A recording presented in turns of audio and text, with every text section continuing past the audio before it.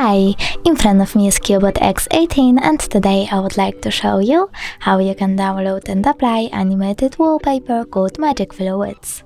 Firstly, open Play Store. Now click on the search bar and type Magic Fluids.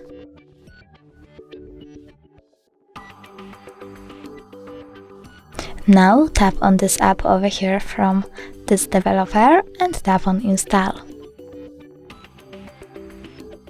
Then choose Open and click on the three lines at the bottom right corner.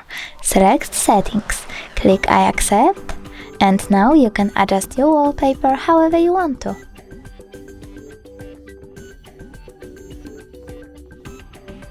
When you're done, click at the top right corner and bottom one again, but this time choose Set as Live Wallpaper.